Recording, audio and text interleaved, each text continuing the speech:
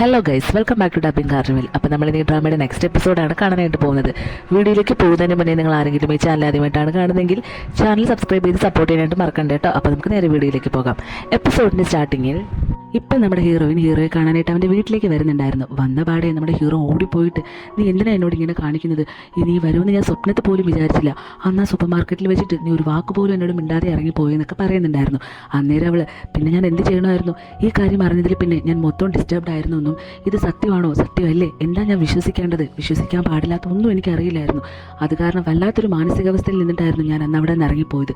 വീട്ടിൽ പോയതിനു ശേഷം ഈ ന്യൂസ് ഫുൾ സ്പ്രെഡായെന്ന് അറിഞ്ഞിട്ടും ഞാൻ എന്ത് ചെയ്യണമെന്ന് എനിക്കറിയില്ലായിരുന്നു.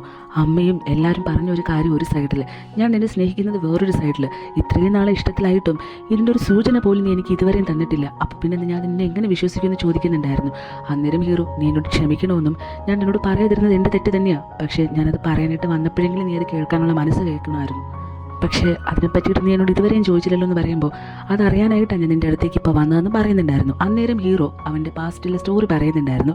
ആക്ച്വലി നമ്മുടെ ഹീറോ ജയിലിലാവാൻ കാരണം അവൻ്റെ സഹോദരിയെ റേപ്പ് ചെയ്ത ആളെ കൊന്നതുകൊണ്ടല്ല കേട്ടോ. അവനിങ്ങനെ ഫുഡൊക്കെ കൊണ്ടുവരുന്ന സമയത്ത് അവൻ്റെ സഹോദരി ആരോ റേപ്പ് ചെയ്ത് അവൻ കാണുന്നുണ്ടായിരുന്നു.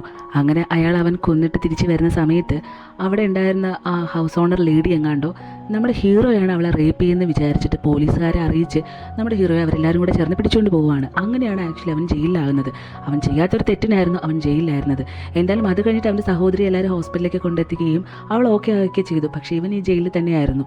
അങ്ങനെയായിരുന്നു അവൻ്റെ അനിയത്തി അവന് നഷ്ടപ്പെട്ടിരുന്നത്. അങ്ങനെ എന്തായാലും ഈ കഥകളെല്ലാം നമ്മുടെ ഹീറോയിന് കേൾക്കുമ്പോഴത്തേക്കും അവനെ വിശ്വസിക്കുന്നുണ്ടായിരുന്നു.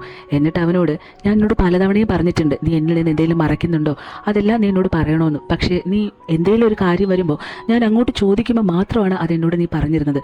അല്ലാതെ ഒരു കാര്യങ്ങളും ഞാൻ അറിയുന്നതിന് മുന്നേ എന്നോട് പറഞ്ഞിട്ടില്ല എന്ന് പറയുന്നുണ്ടായിരുന്നു.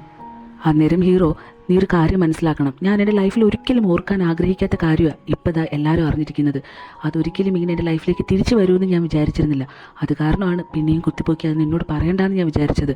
എന്തായാലും ഞാൻ ഇനി ഒരിക്കലും അങ്ങനെ ചെയ്യില്ല എന്നും, ഇനി എൻ്റെ ജീവിതത്തിൽ നിന്നെ ഒളിപ്പിച്ച് വെച്ചേക്കുന്നതായിട്ട് ഒരു കാര്യങ്ങളുമില്ല. അത് കാരണം ഇനിയെങ്കിലും നീ എന്നെ വിശ്വസിക്കണം. ആരും എൻ്റെ കൂടെ ഇല്ലെങ്കിലും നീ മാത്രം എൻ്റെ ഒപ്പം നിന്നാൽ മതിയെന്ന് നമ്മുടെ ഹീറോയോട് പറയുന്നുണ്ടായിരുന്നു.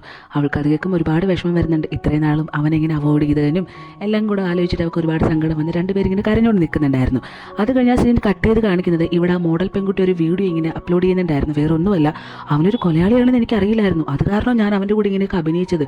പക്ഷേ ഇപ്പം അതിനെക്കുറിച്ചൊക്കെ ആലോചിക്കുമ്പോൾ എനിക്ക് ഒരുപാട് പേടിയാവുന്നു. വല്ലതൊക്കെ ചെയ്തിട്ട് അവൻ എന്നെ കൊന്നിരുന്നെങ്കിലും എന്നൊക്കെ പറഞ്ഞിട്ട് നമ്മുടെ ഹീറോയ്ക്കെതിരായിട്ട് അവൾ ഒരുപാട് ബിൽഡപ്പൊക്കെ കൊടുത്ത് വീഡിയോ ചെയ്യുന്നുണ്ടായിരുന്നു കേട്ടോ. വീഡിയോ എന്തായാലും കഴിഞ്ഞ് കഴിയുമ്പോൾ അവിടെ ഒരു പയ്യൻ ഇരുന്നിട്ട് നമ്മുടെ ഹീറോയ്ക്കെതിരെ ഇവൾ പറഞ്ഞ കാര്യങ്ങളെല്ലാം ശരിയാണെന്നും നീ അങ്ങനെ ചെയ്തത് നല്ലതാണെന്നൊക്കെ പറഞ്ഞിട്ട് കൈയടിക്കുന്നുണ്ടായിരുന്നു. അത് അവിടെ സെറ്റപ്പാന്ന് തോന്നുന്നു. എന്നാൽ അത് കഴിഞ്ഞിട്ട് അവൾ നേരെ ഒരു ഡയമണ്ട് ഷോറൂമിലേക്കായിരുന്നു പോയിരുന്നത്. അടുത്ത് ആഡം കണ്ടോ അവിടുത്തെ ഓർണമെൻറ്റ്സ് ഒക്കെ ഇട്ടിട്ടുള്ള ഒരു സംഭവമായിരുന്നു. അങ്ങനെ ഒന്ന് ട്രയൽ നോക്കാൻ വേണ്ടിയിട്ട് ചെന്ന് ഓരോ സാധനങ്ങളൊക്കെ ഇട്ട് നോക്കുമ്പോഴായിരുന്നു നമ്മുടെ ഹീറോയിൻ്റെ അമ്മയുടെ അസിസ്റ്റൻ്റ് അവളെ കോൾ ചെയ്തിട്ട്, ഇതോടുകൂടെ നീ ചെയ്യുന്നതെല്ലാം നിർത്തിക്കോ, ഇനി നിനക്ക് ഒന്നിലും ഒരു അവസരം കിട്ടത്തില്ല എന്നും മര്യാദയ്ക്ക് വീട്ടിൽ പോയി ഇരുന്നോളാനും പറയുന്നുണ്ടായിരുന്നു. അതിനവൾ, ഞാൻ എന്ത് ചെയ്തു?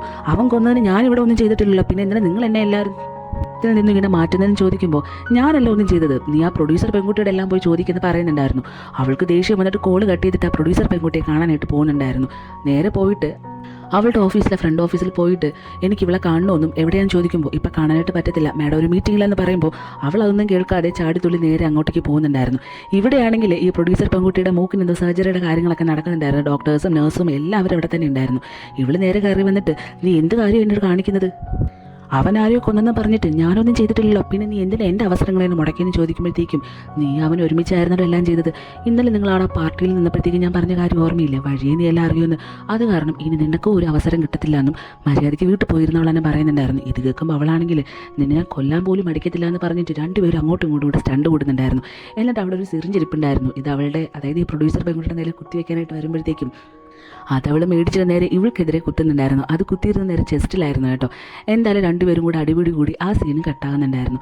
അത് കഴിഞ്ഞ് കാണിക്കുന്നത് ഇപ്പോൾ നമ്മുടെ ഹീറോയിൻ്റെ അമ്മയുടെ ഓഫീസിൽ കുറേ റിപ്പോർട്ടേഴ്സിനൊക്കെ വിളിച്ചിട്ട് നമ്മുടെ ഹീറോ ഒരു ഇൻ്റർവ്യൂ കൊടുക്കുന്നുണ്ടായിരുന്നു. അവനാണെങ്കിൽ എല്ലാവരും ഫേസ് ചെയ്യുന്ന ഒരു മടിയുണ്ടെങ്കിലും ഹീറോയിന് അവന് ധൈര്യമൊക്കെ കൊടുത്തിട്ട് നിൻ്റെ സത്യസന്ധത ലോകം മുഴുവനും അറിയണമെന്നും, അത് കാരണം നീ ഇൻ്റർവ്യൂവിൽ കാര്യങ്ങളെല്ലാം തുറന്നു പറയണമെന്ന് പറയുന്നുണ്ടായിരുന്നു. അങ്ങനെ ഹീറോ ആ ധൈര്യമൊക്കെ സംഭരിച്ചിട്ട് നേരെ റിപ്പോർട്ടേഴ്സിൻ്റെ മുന്നിലേക്ക് പോവുകയാണ്. നേരെ നമ്മുടെ ഹീറോ റിപ്പോർട്ടേഴ്സിൻ്റെ അടുത്തെല്ലാം പോയിട്ട് എനിക്ക് നിങ്ങളോട് എല്ലാവരോടും ഒരു തെറ്റിദ്ധാരണ തിരുത്തണമെന്നുണ്ട്, അത് കാരണമാണ് ഇന്നൊരു പ്രസ് കോൺഫറൻസ് ഞാൻ അറേഞ്ച് ചെയ്തതെന്ന് പറയുന്നുണ്ടായിരുന്നു. എന്നിട്ട് അവൻ്റെ പാസ്റ്റിലെ സ്റ്റോറി അവരോടും പറയുന്നുണ്ടായിരുന്നു. ശരിക്കും പറഞ്ഞു കഴിഞ്ഞാൽ ഞാനൊരു കൊലയാളിയായിട്ടല്ല ജയിലിൽ കിടക്കേണ്ട ഒരു സാഹചര്യം എനിക്കുണ്ടായത്. എൻ്റെ അനിയത്തി ഞാൻ വളരെ കഷ്ടപ്പെട്ട് ജീവിച്ച ആൾക്കാരാണ്. എൻ്റെ അനിയത്തിക്ക് ഒരു നേരത്തെ ഫുഡിന് വേണ്ടിയിട്ട് ഞാൻ വേസ്റ്റ് പെറുക്കി വിറ്റിട്ടാണ് ജീവിച്ചതും.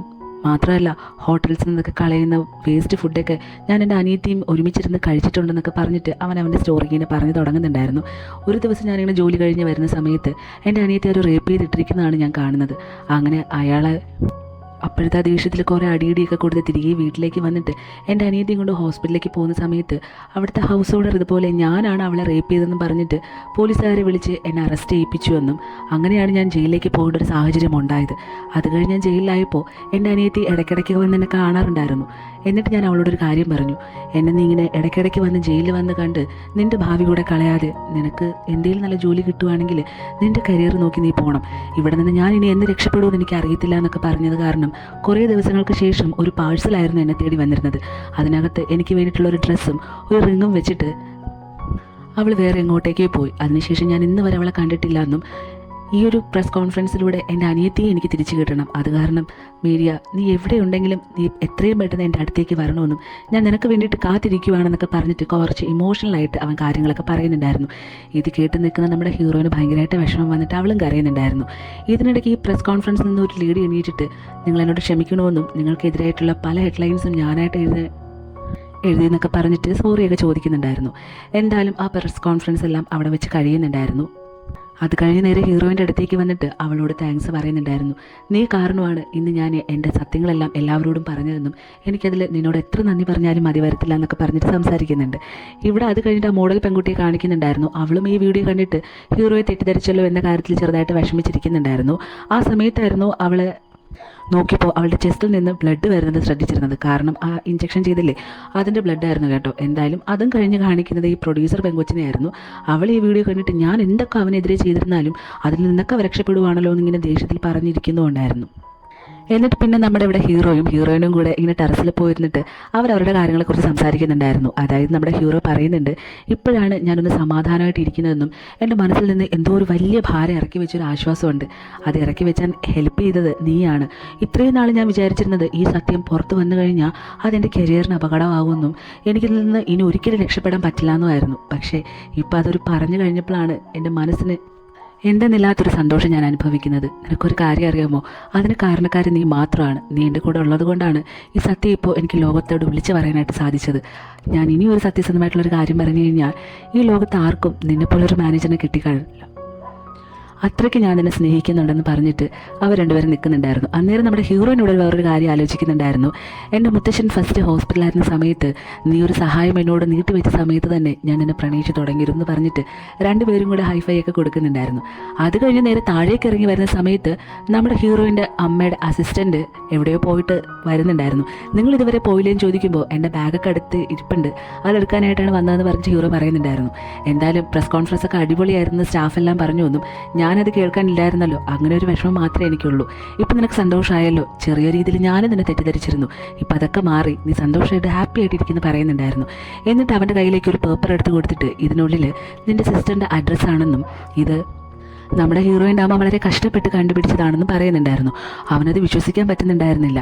എന്തായാലും അഡ്രസ്സ് കയ്യിൽ കിട്ടിയല്ലോ, പെട്ടെന്ന് പോയി അവൾ അന്വേഷിക്കാനും പറഞ്ഞിട്ട് അവൻ അവിടെ നിന്ന് പോകുന്നുണ്ടായിരുന്നു. നമ്മുടെ ഹീറോയിനും കൂടെ അങ്ങനെ ഭയങ്കര ആകാംക്ഷയോടുകൂടെ അഡ്രസ്സ് കിട്ടിയത് കാരണം ആ അഡ്രസ്സ് തപ്പി നേരെ നമ്മുടെ ഹീറോയുടെ അനിയത്തെ കാണാനായിട്ട് പോകുന്നുണ്ടായിരുന്നു. അഡ്രസ്സ് കണ്ടുപിടിച്ച് വീട്ടിലേക്ക് കയറാനായിട്ട് നിൽക്കുമ്പോൾ നമ്മുടെ ഹീറോയ്ക്ക് ഭയങ്കര ഒരു മടിയായിരുന്നു. അന്നേരം ഹീറോ നീ എന്തിനാ ഈ മടി കാണിച്ച് നിൽക്കുന്നതെന്ന് ചോദിക്കുമ്പോൾ, അല്ല അവളെ കാണുമ്പോൾ അവൾ എന്നോട് സംസാരിക്കുമായിരിക്കുമോ, ഇത്രയും നാൾ ഞാൻ അവളെക്കുറിച്ച് അന്വേഷിക്കാത്തത് കാരണം അവൾക്ക് എന്നോട് എന്തെങ്കിലും പിണക്കം കാണുമോ, എനിക്കെന്തോ അവളെ ഫേസ് ചെയ്യാനായിട്ട് ഇപ്പോൾ ഒരു മടി തോന്നുന്നു പറയുന്നുണ്ടായിരുന്നു.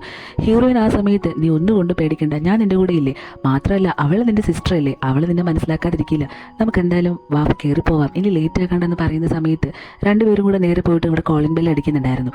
അന്നേരം ഒരു പെൺകുട്ടി വന്ന് ഡോർ തുറക്കുന്നുണ്ട്. അതായത് ഫ്രണ്ട് ഗേറ്റാണ് കേട്ടോ, തുറന്നിട്ട് നിങ്ങൾ ആരാന്ന് ചോദിക്കുന്നുണ്ടായിരുന്നു. നമ്മുടെ ഹീറോയിൻ ഒരു ദിവസം ഓഫീസിൽ നിൽക്കുന്ന സമയത്ത് ഈ പെൺകുട്ടിയെ കണ്ടിരുന്നു. അത് കാരണം ഞാൻ നിങ്ങൾ എവിടെയോ കണ്ടിട്ടുണ്ടല്ലോ, നിങ്ങൾക്ക് എന്നെ അറിയാമോ ചോദിക്കുമ്പോൾ ഇല്ല എനിക്കറിയില്ല, ഞാൻ നിങ്ങൾ ആദ്യമായിട്ടാണ് കാണുന്നത്, നിങ്ങൾ ആരാ, നിങ്ങൾ എന്തിനാ ഇവിടെ വന്നതെന്ന് ചോദിക്കുന്നുണ്ടായിരുന്നു. പെട്ടെന്ന് ഹീറോ മരിയ അവൾ ഇവിടെ ഇല്ലെന്ന് ചോദിക്കുന്നുണ്ടായിരുന്നു. മരിയോ, അങ്ങനെ ഒരു പെൺകുട്ടി ഇവിടെ ഇല്ലല്ലോ, നിങ്ങൾക്ക് വീട് മാറിയതായിരിക്കും അവൾ പറയുന്നുണ്ടായിരുന്നു. കുറച്ച് പരിഭ്രമത്തോടു കൂടിയായിരുന്നു അവർ ആ കാര്യം പറഞ്ഞിരുന്നത്. അന്നേരം പുറകിൽ നിന്ന് ഒരു ആൾ വന്നിട്ട് അതാരാന്ന് ചോദിക്കുമ്പോൾ അവളാണെങ്കിൽ ഇല്ല അവർക്ക് വീട് മാറി വന്നതാണ്, വേറെ കുഴപ്പമൊന്നുമില്ല എന്ന് പറയുന്നുണ്ടായിരുന്നു. എന്നിട്ട് ഇവൾ ഗേറ്റ് അടയ്ക്കാനായിട്ട് വരുന്ന സമയത്ത് നിങ്ങൾക്ക് ഉറപ്പായിട്ട് മരിയെക്കുറിച്ച് അറിയാമെന്നും മര്യാദയ്ക്ക് സത്യം തുറന്നു പറയാനും നമ്മുടെ ഹീറോ കുറച്ച് ദേഷ്യത്തോട് പറയുന്നുണ്ടായിരുന്നു. അവർ പെട്ടെന്ന് എനിക്ക് ആരും അറിയത്തില്ല, നിങ്ങൾ ഇവിടുന്ന് പോകുന്നു പറഞ്ഞിട്ട് പെട്ടെന്ന് ഗേറ്റ് അങ്ങ് അടയ്ക്കുന്നുണ്ടായിരുന്നു.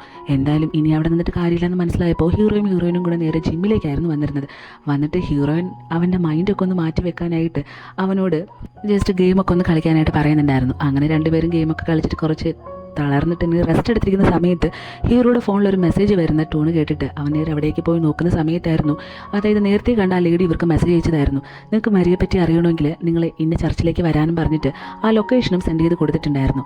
അങ്ങനെ ഹീറോയിനും കൂടെ ആ ചർച്ചിലേക്ക് പോകുന്ന സമയത്ത് ആ പെൺകുട്ടി അകത്തിരുന്നിട്ട് ഇങ്ങനെ പ്രെയർ ചെയ്തുകൊണ്ടിരിക്കുമായിരുന്നു.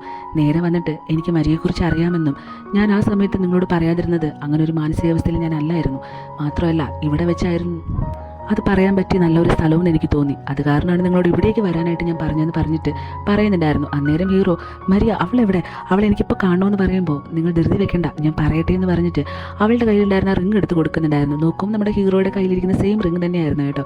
എന്നിട്ട് അവളെവിടെ, എനിക്ക് അവളെ കാണാതിരിക്കാൻ പറ്റുന്നില്ല എന്ന് പറയുമ്പോൾ അവൾ പുറത്തുണ്ട്, നിങ്ങളെ ഞാൻ അവളേക്ക് കൊണ്ടുപോകാമെന്ന് പറഞ്ഞിട്ട് നേരെ കൊണ്ടുപോകുന്നത് അവളുടെ ഒരു കല്ലറയിലേക്കായിരുന്നു കേട്ടോ. ഹീറോ അത് ഒട്ടും പ്രതീക്ഷിച്ചിരുന്നില്ല. അവൾക്ക് എന്ത് പറ്റിയെന്നോ അവൾക്ക് എങ്ങനെ ആയതൊന്നും അവൻ ഒട്ടും തന്നെ പ്രതീക്ഷിച്ചിരുന്നില്ല. അവളെ ജീവനോട് ഒരു നോക്ക് കാണാൻ പറ്റുമെന്നായിരുന്നു നമ്മുടെ ഹീറോ ഇതുവരെയും വിചാരിച്ചിരുന്നത്. പക്ഷേ പെട്ടെന്ന് വെച്ച് ആ കല്ലറ കാണുമ്പോഴത്തേക്കും അവന് വല്ലാത്തൊരു അവസ്ഥയിലേക്ക് ആകുന്നുണ്ടായിരുന്നു. പെട്ടെന്ന് വെച്ചിട്ട് ആ ലേഡി ഇവിടെയാണ് മരിയ ഉള്ളതെന്ന് പറഞ്ഞ് കാണിച്ചു കൊടുക്കുന്നുണ്ടായിരുന്നു. അവൻ അടുത്തേക്ക് പോയിട്ട് കാണുന്നതൊന്നും വിശ്വസിക്കാൻ പറ്റാത്തൊരവസ്ഥയിൽ ഇരിക്കുന്നുണ്ടായിരുന്നു. എന്തായാലും അതോടുകൂടെ എപ്പിസോഡ് കഴിയുവാണ്. നമ്മുടെ ഹീറോയുടെ അനിയത്തിക്ക് എന്ത് പറ്റിയതാണ് എന്നുള്ളത് നമുക്ക് വരുന്ന എപ്പിസോഡ്സിൽ നിന്ന് മനസ്സിലാക്കാം കേട്ടോ. ഇനി ഒരു 3 എപ്പിസോഡ് കൂടെ മാത്രമേ ഉള്ളൂ ഈ ഡ്രാമ തീർക്കാനായിട്ട്. അപ്പോൾ നിങ്ങൾക്ക് വീഡിയോ ഇഷ്ടമായെങ്കിൽ ലൈക്ക് ചെയ്യുക, ഷെയർ ചെയ്യുക, ചാനൽ സബ്സ്ക്രൈബ് ചെയ്ത് സപ്പോർട്ട് ചെയ്യുക. അപ്പോൾ നമുക്ക് അടുത്ത വീഡിയോ ആയിട്ട് കാണാം. ടാറ്റാ.